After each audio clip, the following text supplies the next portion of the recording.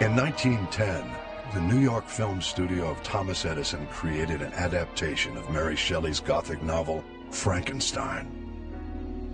The film was a commercial failure. It would be 20 years before the rise of the American horror film.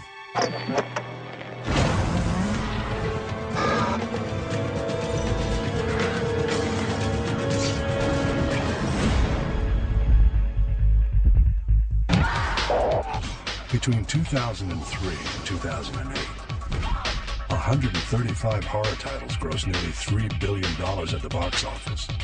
Hundreds more were produced for home video, proving that the genre still has plenty of lifeblood, and prompting some to wonder why American viewers are so obsessed with violence. How did we get here?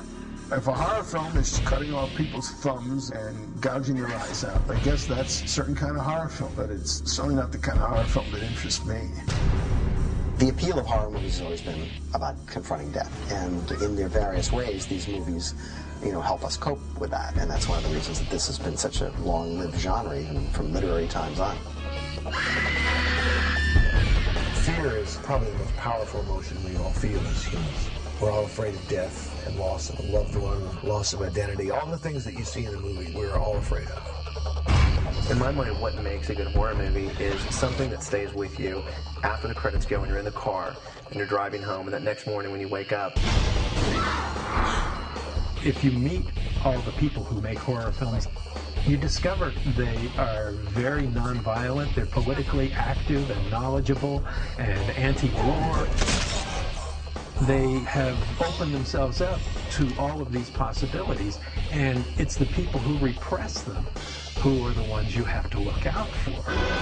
I always had this affinity towards the great universal monsters. Not sure where that came from, other than probably being a boy who felt like he was not particularly good looking and felt like a freak.